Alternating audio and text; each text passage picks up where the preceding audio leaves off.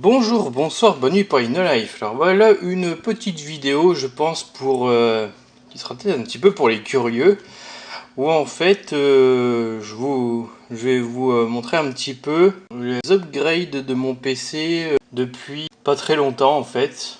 L'intérêt peut-être pour vous, je sais pas si vous pourrez vraiment apprendre des choses, mais voilà, c'est pour vous déjà. Il y a deux trucs, c'est que j'ai dû prendre un petit peu de retard par rapport aux vidéos que je voulais vous montrer, vous faire là tout simplement. À cause du fait que mon ordi m'a fait chier, il me fait encore chier d'ailleurs là maintenant. J'ai eu des temps de merde avec ça et notamment si c'est pour ça que la vidéo sur Yandere Simulator, la Code 9 mon cœur, mai 2016. Bah, elle est sortie quelque part en juin, normalement. Et je dis ça parce qu'au moment où je parle, là, elle est même pas encore finie d'être montée, presque. Et au dernier moment, il m'a refait une seule surprise, ce connard-là. Donc voilà, et aussi, c'est aussi un petit peu l'occasion pour vous dire et vous montrer que je pourrais un petit peu faire des vidéos d'un peu meilleure qualité, notamment grâce à ma nouvelle carte graphique. J'avais en fait une malheureuse Intel HD à la noix, et maintenant je vais vous montrer ce qu'elle a à la place. Alors déjà, je vais commencer par l'alimentation parce que ce qui m'a un peu poussé à vraiment sauter le pas, quoi, c'est le fait que j'avais un énorme problème d'alimentation. Je sais plus trop ce qu'elle foutait. Il y avait des surchauffes et des problèmes de tension, je crois. Donc ça devenait dangereux. Et vous allez comprendre pourquoi, surtout si vous êtes connaisseur en matière d'alimentation de PC. Alors déjà, voilà celle qui l'a remplacée. Voilà. Que vous pourrez voir elle-même bientôt là. Là, les deux premières choses que je vais montrer en fait sont déjà installées dans l'ordinateur. Donc voilà. Donc alimentation Cooler Master B500 version 2. Ok, si vous voulez. Bon. Plein de petits trucs et bidules. Voilà. Donc normalement c'est pas de la grosse chiasse, hein, ça. Je ne pense pas. Hein, enfin normalement. Bon déjà jusqu'à présent il n'y a pas de problème. Il manquerait plus que ça. Là j'aurais explosé moi-même quoi, franchement. Hein. C'est bien ce qui a failli m'arriver quand j'ai eu le problème récemment. Qui j'espère va être résolu avec cette vidéo. Donc ouais, plus de 85% de rendement en charge régulière. Si vous le dites, ventilateur silencieux, vous voyez rien. De 120 mm avec contrôle de vitesse intelligent. Ouais, Green Power Design pour être en phase avec cette chose. Pour ce que vous arrivez à en voir. Ouais, blablabla, blablabla. Bon voilà. Type européen, j'imagine. Bon, ok. Ouais, à la limite, on va passer rapidement sur ce genre de petits détails. J'ai envie. Allez, petit tour rapide des spécifications pour ceux que ça intéresserait. Je vais pas lire.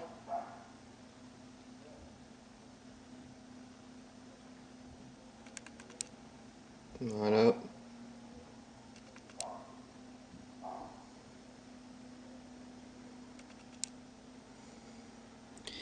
Ah, il y a même encore un bon vieux connecteur donc pour lecteur du disquette visiblement.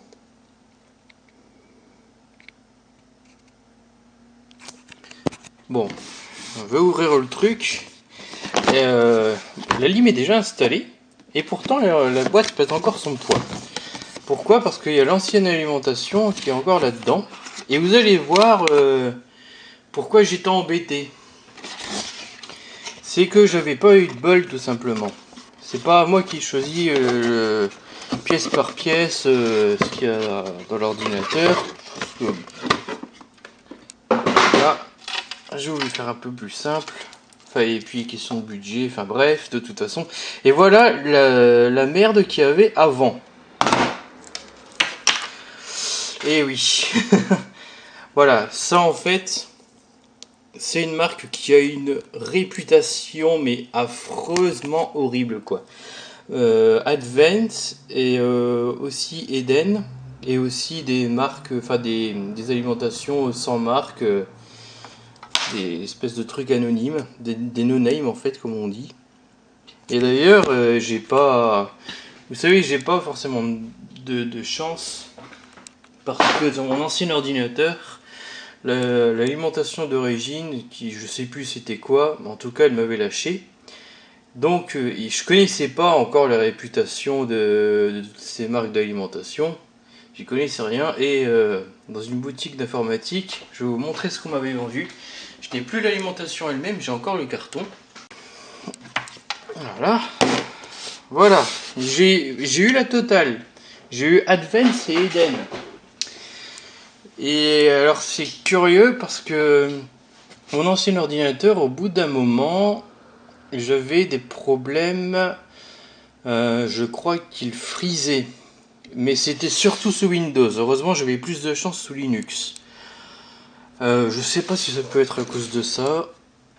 Peut-être, mais voilà. Ce que ça veut dire, c'est que faites gaffe, les boutiques informatiques nous roulent un peu finalement quoi. Bon, ce qu'un vendeur m'a dit en gros, c'est il le vend. Bon, il sait que c'est mauvais, mais il vend quand même parce que bah, c'est pas cher tout simplement. Donc voilà. Mais le problème, c'est que c'est même pas à la limite suffisant pour des PC de bureautique, parce que le problème, c'est que ces alimentations, ces mauvaises marques, peuvent vraiment être dangereuses. En fait, elles sont foutues de, comment dire, pour être poli, c'est ça en fait mon problème, de flinguer un petit peu tout l'intérieur de votre tour. Carte mère, carte graphique, tout ça quoi. Elles sont capables de faire ça. Et bon, moi c'est avec mon Advance là, j'ai eu peur que c'est ce qui est arrivé au bout d'un moment. En fait, pour vous dire, j'avais dû réinstaller Windows 2 ou 3 fois en un temps très très court. Hein. Parce que sous Windows, au bout d'un moment, même des fois pour rien, j'avais en gros un BSOD et je pouvais plus redémarrer sous Windows tout simplement. Et pas moyen de réparer Windows, donc voilà. Donc c'est pour ça. Comme quoi là je peux vraiment vous dire, les alimentations, même pour un PC de bureau à la con, même pour si vous voulez juste aller sur internet, faut sûrement logiquement pas prendre des trucs très puissants, mais voilà quoi, il y a clairement des marques à éviter. Et puis voilà, si vous voulez vraiment des avis plus détaillés sur les mauvaises alimentations, et pas seulement des avis, mais je dis bien des preuves, j'en parle de temps en temps de cette chaîne, et je redis encore une fois son nom, c'est Electronic Arts. Encore une fois, je cite ce nom-là parce que il arrive à prouver que ces mauvaises alimentations, c'est vraiment de la grosse chiasse. Voilà. Donc, c'est pas des conneries. Voilà. Et puis d'ailleurs, vous avez peut-être, ceux qui s'y connaissent aussi n'ont peut-être pas eu le temps de voir les détails. Hein. Mais apparemment, elle serait surévaluée. Hein, bon, c'est un truc que j'ai déjà entendu, donc ça m'a pas étonné. Puis ce logo de chiotte, putain, on dirait toujours qu'il est écrit Adjance en plus. D'ailleurs, de l'autre côté, là, le côté, c'est pas tant le logo, c'est le slogan, quoi. Je sais pas, est-ce que vous voyez bien? J'essaie de montrer mieux que ça. Ah, voilà, là, vous le voyez bien. Voilà. Eden, le partenaire des pros. Really, nigga? Voilà. Et forcément, ça en fera rire plus d'un qui connaît tristement bien ces fameuses alimentations. Donc voilà, hein, juste par curiosité, un peu leur tête. Ah oui, d'ailleurs, celle-là, j'ai jamais compris. Ils ont foutu un ventilateur, on dirait qu'il est vers le haut. J'ai pas compris. Parce que d'habitude en haut, bah il y a le couvercle, quoi, je sais pas comment dire, le couvercle de la tour, le haut de la tour. Ou alors, je comprends pas. Ça doit être vraiment pour des ordis spéciaux, je sais pas, parce que j'ai jamais pigé là, le ventilateur vers le haut. Ça, je crois qu'on m'explique un jour. Descriptif, voilà, tas de bordel, machin, voilà. Note sur l'interrupteur de mise sous tension, marche arrêt. Merci. Installation. Enfin voilà, bon, je pense qu'il n'y a pas besoin de passer plus de temps sur cette feuille de PQ. Voilà. Et, au moins, il protège un minimum. Mais bon, à mon avis, c'était plus protégé à l'extérieur, enfin, sur le contour de l'alimentation, qu'à l'intérieur. Hein. Et hop, voilà. Donc, alors, je fais vraiment rien dans l'ordre. Hein. Je fais 230 volts. C'est marrant, hein. Il est écrit, je sais pas si vous voyez bien, voir la notice d'installation avant de raccorder au réseau. Est-ce que la notice nous conseille d'utiliser une autre alim?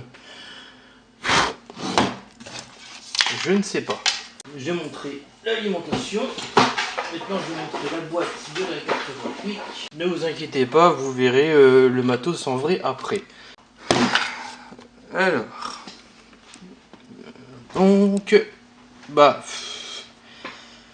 ce sera peut-être pas une grosse surprise, je sais pas. Hein, Gigabyte, GeForce GTX 950. En gros, c'est, enfin, en tout cas, dans celle qui était proposée par la boutique. C'était pas la moins chère, mais la deuxième moins chère. Voilà, pour vous faire un petit peu une idée du truc. Donc, mais ça va, je pense que je devrais tenir avec ça pendant un petit moment. Enfin, du moins, j'espère, parce que ça coûte un peu quand même ces conneries. Hein. Ouais, OC Édition. Voilà. Bon, est-ce qu'on est supposé pouvoir faire de overclocking là-dessus? Je suis jamais intéressé à ce truc là franchement. 2 gigabytes, un fois, un ventilateur, vous voyez rien du tout, j'en ai marre de ce focus de merde. Ah, quand ça veut pas des fois. Hein. Bon, alors, ok, bon ben voilà, ultra durable 2. Bon, je sais pas si s'il y a des trucs vraiment pertinents ou si il y a surtout du bullshit marketing, je ne saurais pas dire.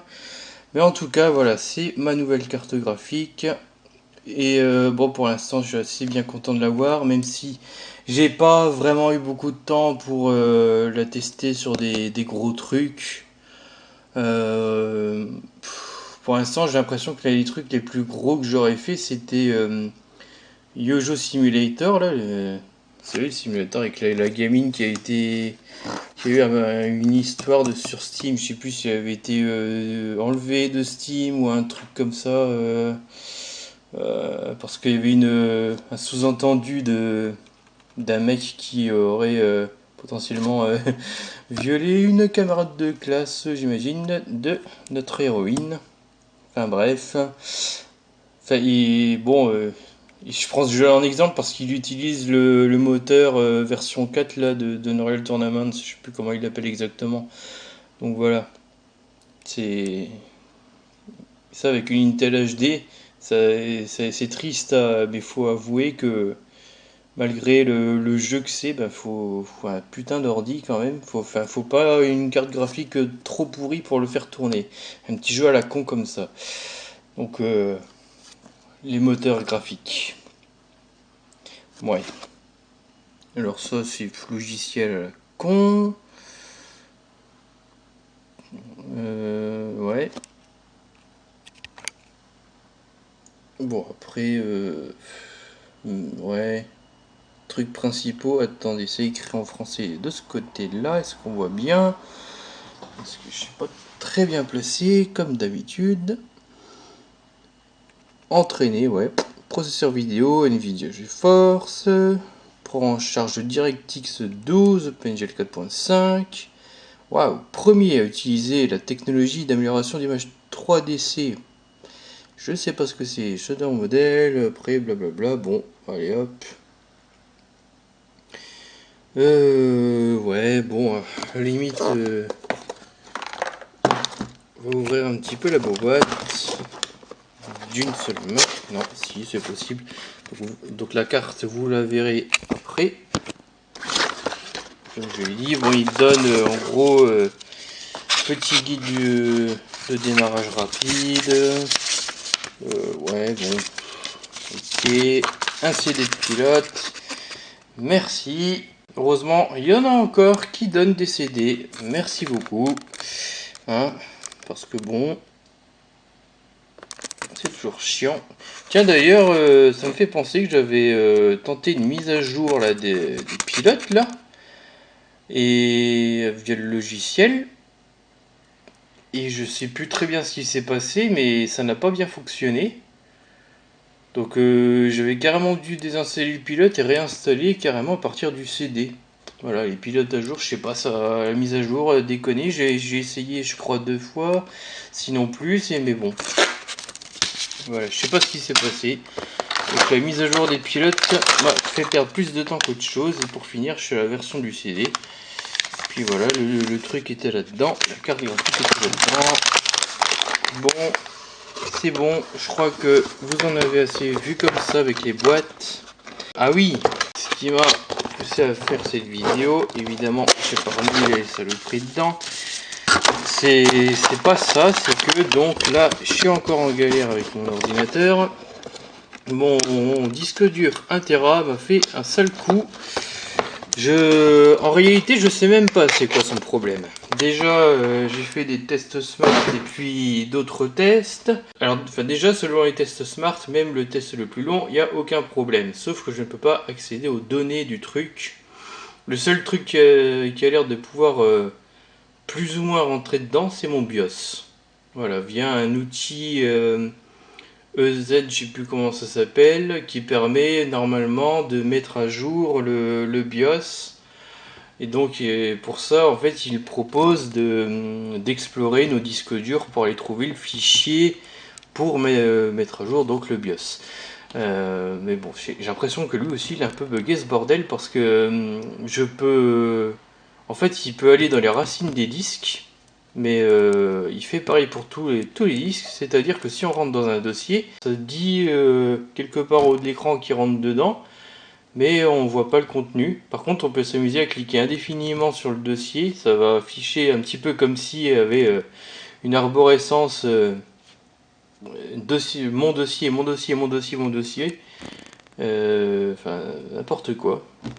Donc comme quoi, si je voulais mettre à jour mon BIOS de cette façon, j'aurais intérêt à foutre le fichier carrément de la racine du disque.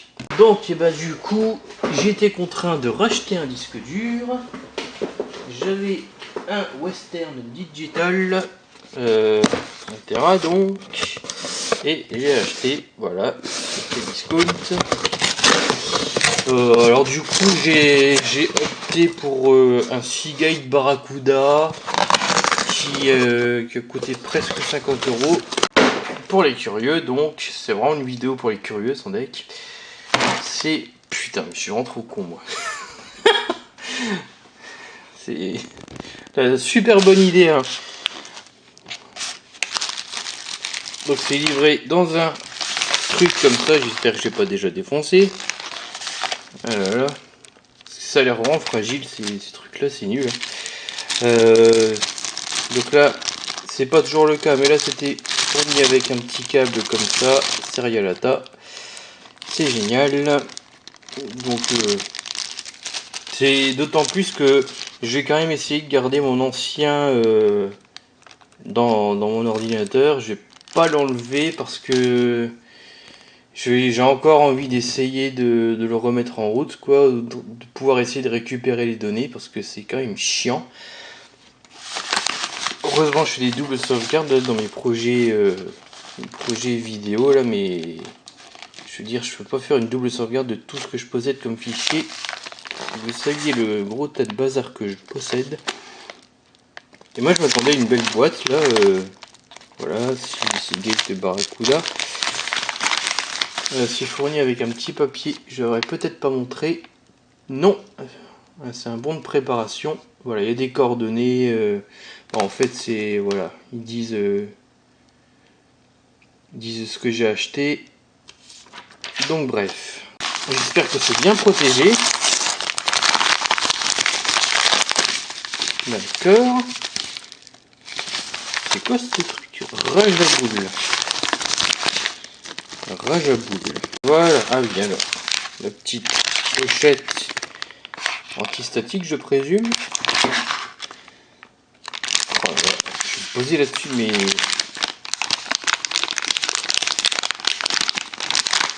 Après, je pense qu'il n'y aura pas de grosse surprise à montrer. Hein. Ça va être un disque dur. Hein. Est-ce que je vais devoir aller chercher des ciseaux? Non. Est-ce que je vais devoir baisser le volume à cause du bruit que vous devez vous supporter? Peut-être. Je fais un cut en fait et puis je reprends quand j'aurai sorti de là parce que à cause des bruits là, j'essaye de me mettre à la place de vos oreilles. Voilà, je sais que mon appareil photo prend bien les bruits parasites, là, les bruits aux alentours, donc bon. Et bien voilà la bestiole. Donc voilà, Seagate, desktop HDD, 1 Tera, SATA. On n'a pas l'année de fabrication. C'est pas le genre de truc que je manipule tous les jours, donc il faudrait peut-être que je fasse quand même gaffe à ce que je fais moi. Donc ouais, bah, une carte électronique. Pour ceux qui n'ont pas l'habitude de voir des disques durs non plus, ben voilà. Ouais. Ok. Bon, ben après, sur les côtés, bah c'est les côtés. Hein. Hop là. Ok, bon. Maintenant, ce que je vais faire, c'est, bah, je vais, à votre avis, je vais le mettre dans mon ordinateur. Hein, sans déconner. Voilà. Je sais pas si je pourrais vraiment vous le montrer parce que il faudra clairement 2 mains. Et j'ai toujours pas de trépied. Je pense que j'aurai jamais de trépied pour ce truc. Hein, ça fait au moins 1 an que je parle de trépied. Mais donc voilà, on verra bien. En tout cas, je pourrais vous montrer un petit peu l'intérieur de mon ordinateur. Vous verrez en vrai quand même les 2 autres pièces. Donc on y va. Donc voilà, je fais encore durer un peu le suspense. Donc ça c'est l'arrière de l'alimentation. Toute noire. Ouais. Bon après, la connectique et ma carte graphique. Donc elle est, non, elle est au-dessus. Donc bah voilà, tout simplement. Port DVI, HDMI, ça je sais plus ce que c'est. C'est un... Ça s'enlève. Ça s'enlève quand ça veut pas m'emmerder. Voilà, on y est enfin. Donc c'est un port comme ça. Je ne sais plus ce que c'est. Voilà. Et un autre port DVI ici. Voilà. Heureusement, c'est plus facile à remettre normalement. Voilà. Alors, à la limite, je vais pas trop l'enfoncer. J'aime bien ces vis au passage, hein, parce qu'on n'a pas besoin de tournevis. Il suffit de faire ça dans un sens ou dans l'autre. Je vois que tu as envie de me résister aujourd'hui. Voilà. On va profiter que je mange des Maxi Kinder Surprise pour ne pas les paumer. Hop. Voilà. J'ai pas envie qu'elles se baladent un peu n'importe où. Même chose. Hop. C'est parti. Ok, donc voilà un petit peu l'intérieur. L'alimentation, la voilà. D'ailleurs, ça me rappelle que sur la Advance, en fait, on voyait pas bien le logo Advance. Enfin, je le voyais pas du tout. En fait, il était caché par ça, quoi. Donc, c'est assez rigolo. Ça se demandait si c'est pas fait exprès pour qu'on ne se rende pas compte qu'on a cette marque.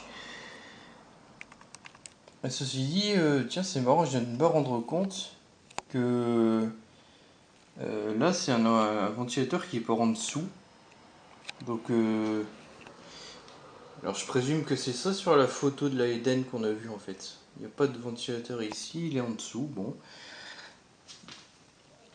voilà, Intel, le petit ventilateur. Ah, et la carte graphique, la voilà. Hop, pour faire une petite idée de la bête. Elle aussi, elle est noire, hein. Spéciale noire en fait. Alors, pour le disque dur. Donc, voilà celui qui fait chez le monde. Western Digital. C'est Black, c'est marrant, ils donnent des couleurs comme ça à leur disque dur. Chez Western Digital, voilà, c'est rigolo. Bon, je pourrais pas de toute façon vous montrer le montage, tout ça. C'est pas possible. Donc, bah tant pis. Je reviendrai quand je l'aurai monté, quoi. Bon, alors après observation de la situation, là vous avez l'impression peut-être que rien n'a changé. C'est pas exact. En fait, ce disque dur là, comme j'ai envie qu'il reste à sa maison, même si j'ai une petite hésitation quand même, en fait, je voudrais le descendre d'un étage parce que j'ai pas envie que les deux disques durs à plateau soient trop proches. Donc j'aurais séparé un petit peu, mais le problème c'est que ça veut dire qu'il faudrait que je le mette ici, mais il y a ces câbles là. J'ai peur que ça gêne. Ouais. Après, si je descends, à la limite, il sera plus proche du SSD. Bon, en soi, je crois pas que ça chauffe beaucoup, ces petits trucs-là. Donc, ouais. Là, si j'arrive à pousser les câbles, à la limite. Bon, mais de toute façon, malheureusement, je viens de me rendre compte d'un truc. C'est que celui que j'ai acheté, là, le nouveau, il a pas de vis fournies. Les vis qu'il faut mettre ici, normalement. Donc là, je les ai enlevés. Je vais les mettre pour mon nouveau disque dur et celui-là va aller se faire foutre. Voilà. Sinon, dans le pire des cas, il faut que je l'enlève et que j'achète un boîtier externe, mais bon. Bon. Non. Bon, allez, voilà, je vais mettre le nouveau. Bon, alors petit conseil en passant, quand vous mettez les vis là, et que en fait vous rentrez le disque dur, faut pas trop l'enfoncer. Déjà, faut pas faire ça. Parce que sinon vous pouvez plus correctement le visser des deux côtés. Vous allez voir en fait le truc, c'est que les deux petites vis comme ça, de l'autre côté, bah, visiblement elles sont pas mises exactement au même endroit, c'est pas symétrique parce que là je l'enfonce. Mais si je mets la tour de l'autre côté, voilà, on se rend compte qu'il n'y a pas de vis, il n'y a pas de trou. Enfin, on en voit un là et un tout là-bas, on ne le voit pas très bien. Voilà, donc contrairement à ici, sur l'ancien, qui n'est pas trop poussé vers le bord, là on voit ces deux trous. On voit mal, mais il n'est pas vissé de l'autre côté, là, donc forcément, c'est ridicule, il monte un peu en fait. Donc voilà, on n'avance pas ces disques durs comme ça à ras-bord parce que sinon on peut plus le fixer des deux côtés. Voilà. Et comme vous pouvez vous en douter, je dis ça parce que je me suis fait avoir.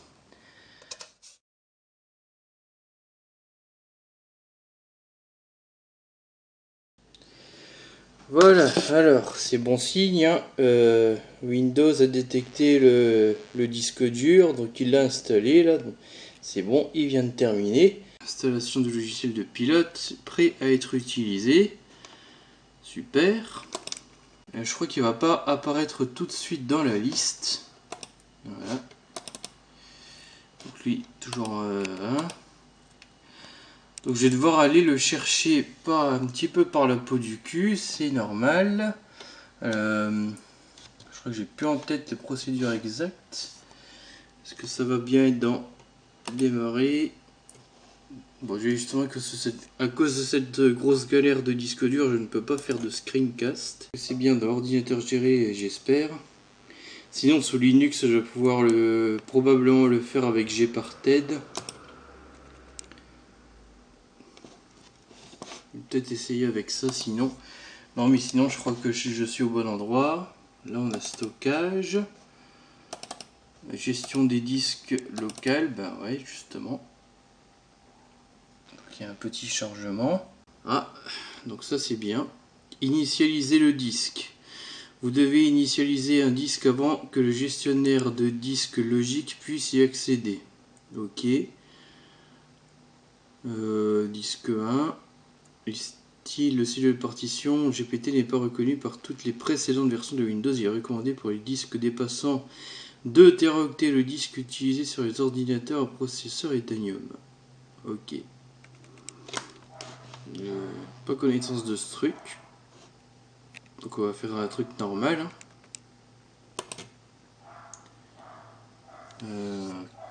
Bon. Et du coup le petit nouveau, ben donc c'est lui. Disque 1. À la limite maintenant que je suis là, je vais le faire avec ça.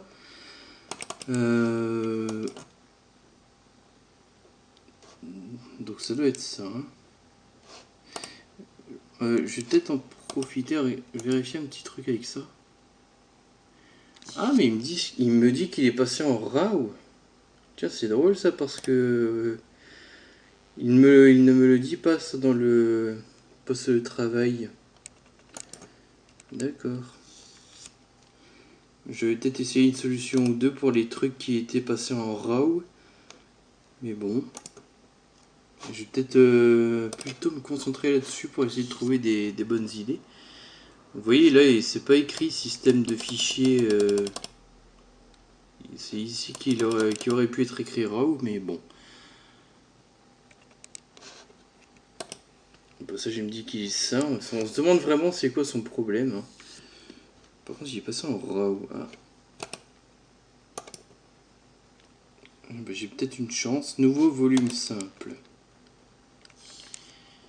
Ok, assistant création de volume simple. Ouais.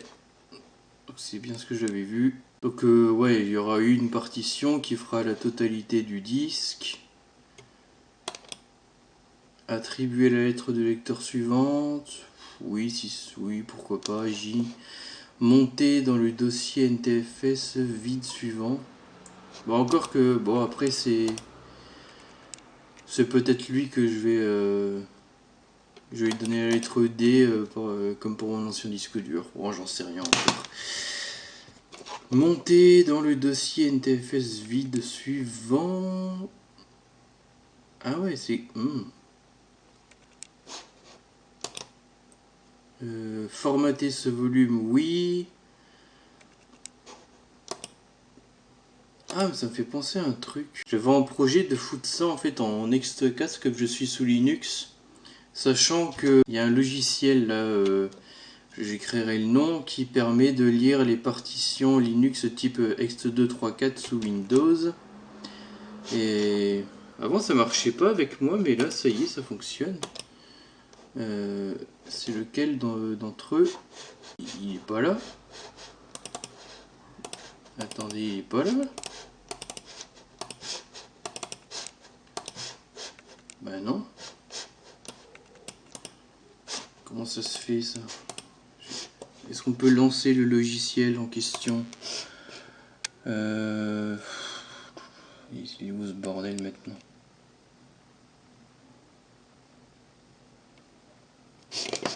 Il s'appelle... Ah voilà. Ext2 Volume Manager, sachant que ça fonctionne aussi pour 3 et 4. Donc là il devrait venir, j'espère. Ouais, c'est ça, oui, merde, on sait pas, va te faire foutre, putain. Il a marché une fois, puis il y a encore un qui a envie de me faire chier. Putain, c'est pas possible ça. C'est le concours de celui qui veut me faire le plus chier. Ah putain, ça y est, te voilà toi. Et ça a mis pas 10 ans à démarrer un petit logiciel comme ça, oh. J'ai pas un ordi de 1940. J. Ah bah le voilà. Donc voilà, en tout cas, sous Windows, vous avez compris à peu près le principe. Je sais pas si une fenêtre après ça, mais bon, ça devrait aller quoi. Vous pouvez donner un nom au truc, il va faire un formatage. Et est-ce que je tente mon coup du coup sur comment il s'appelle cet abruti Gparted pour créer un truc ext4. Allez, on va dire que c'est la fête, je vais tenter ma chance. Donc vous avez vu presque toute la procédure pour Windows. Comme ça j'en profite pour la montrer sous Linux avec Gparted. En fait j'ai pas vraiment testé par moi-même avec un disque dur comme ça tout neuf et tout. Mais c'est pas grave, on va faire ça ensemble. Voilà, on se retrouve donc sous Linux.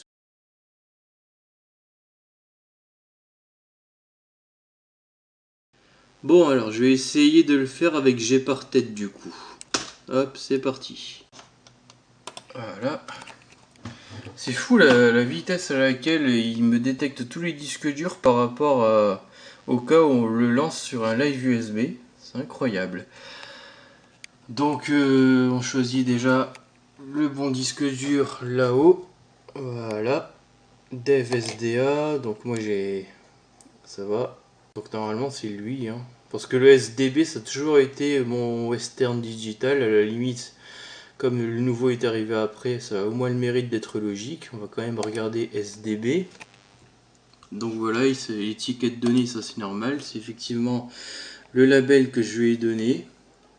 Je vais voir si je peux le changer parce que pour des raisons pratiques, c'est quand je fais mes montages vidéo, KDN Live, donc mon logiciel de montage, je vais aller chercher les différents fichiers, les musiques, les extraits vidéo, tout le bazar sur un endroit précis. Et donc sous Linux, tout est donné par les disques durs. Et le chemin des disques durs, ça marche selon les... Comme ça, voilà. Voilà, il n'y a pas de C2 points. De toute façon, si vous connaissez Linux, vous regardez cette partie Linux, enfin je veux dire, vous le savez sûrement, mais voilà. Voilà Windows, donc c'est ça c'est la partition Windows que j'ai tout bêtement appelé Windows. Donc c'est à la place de ces deux points, en gros on a ça. Et donc si je renomme mon nouveau disque dur donné, que je remets mes sauvegardes là, de projet KDN Live dedans, j'aurais pas besoin de modifier le fichier projet KDN Live pour qu'il retrouve les bons fichiers au bon endroit parce que le nouveau disque dur s'appellera données, donc lui KDN Live il se rendra compte de rien. Mais est-ce que déjà je peux changer son label sachant que c'est la grosse merde? Alors à chaque fois Linux, les différents programmes Linux vont dire la même saloperie. Lancer chkdsk/f sous Windows. Bien entendu, avec moi, ça ne fonctionne pas. Ça aurait été trop simple. Alors, le label, ça se passe sous étiquette, voilà. Données, et je vais l'appeler. J'ai envie de lui donner un nom du genre poubelle. Donc, grosse merde, je sais pas, un truc comme ça. On y est. Poubelle, on va voir. On va voir s'il va me l'autoriser. Et ça, il vaut mieux que je le sache tout de suite parce que si les deux s'appellent données, enfin, je sais pas comment va réagir Linux, mais ça va pas être possible, quoi. Donc à la limite, je vais appliquer ça maintenant et puis je verrai s'il me l'autorise. Ça, à la limite, s'il m'envoie chier, c'est pas grave, hein, tant pis.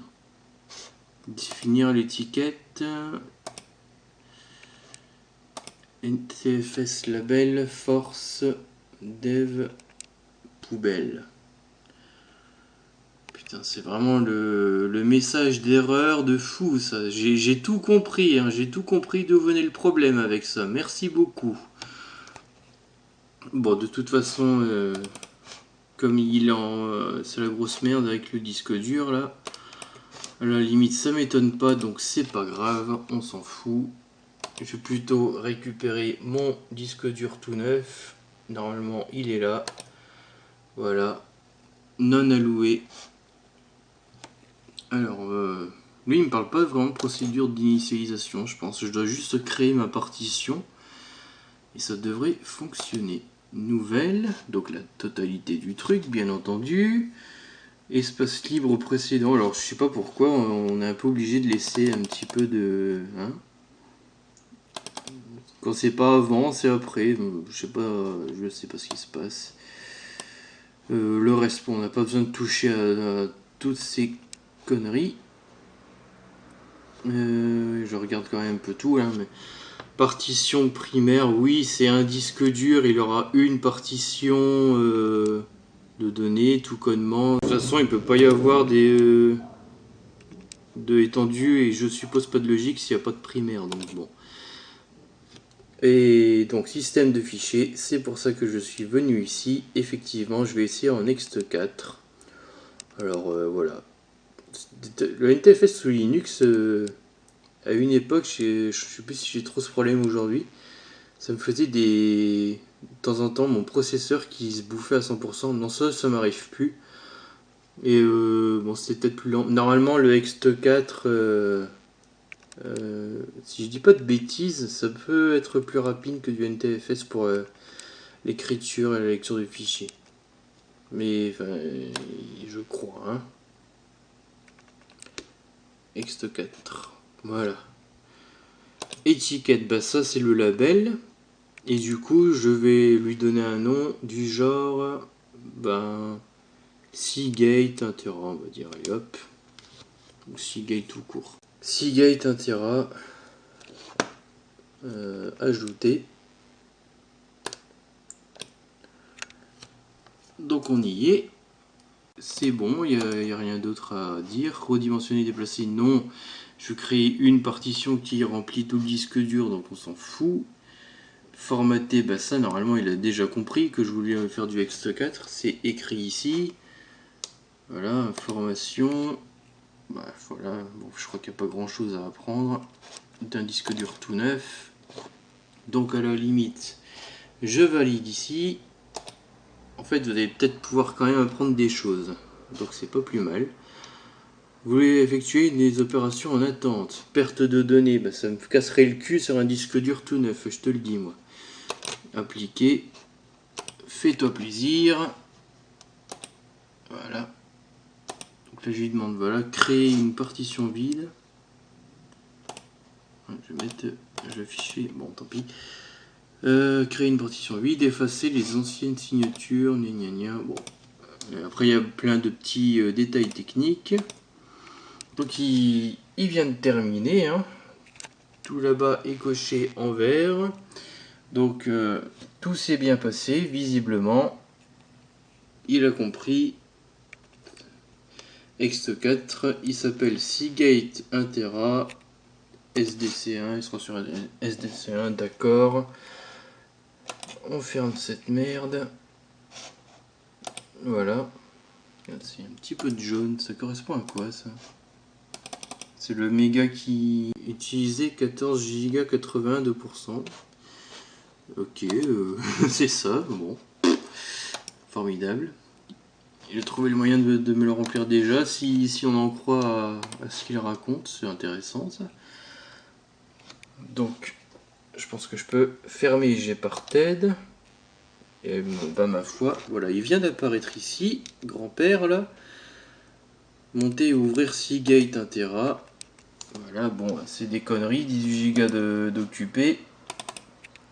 Il se passe le restant, 934,3 Go, je suis d'accord. Sachant que, voilà, quand on dit, ça met... Alors ça, au passage, j'en profite pour pousser un petit coup de gueule. C'est quand les logiciels et tout ce que vous voulez s'expriment en terabits. En fait, donc c'est 1 terabit, mais c'est 934,3 gigas. Et encore, il faudrait que je regarde avec un autre explorateur de fichiers, parce que sous Linux, je sais pas comment ça se fait, mais Il a tendance à me donner des tailles un peu plus grosses que sous Windows, des tailles de fichiers. Enfin, j'ai jamais compris pourquoi. C'est même pas des GIO, c'est des G. Ça va être des GO, des MO, des deux côtés, sous Windows et sous Linux, sauf que Linux dira pas exactement la même taille, il va gonfler un peu les chiffres. Et j'ai jamais compris pourquoi, alors que c'est supposé être exactement la même unité. Alors comment il s'appelle ce IO, ce con là? Donc on y est. Hein. Ouais, bah c'est pareil. Là on est sous tuner, 934,3. Ouais, bah ça doit vraiment être ça du coup. Enfin bon, bref, de toute façon, ça fonctionne. C'est super, il n'y a pas de problème.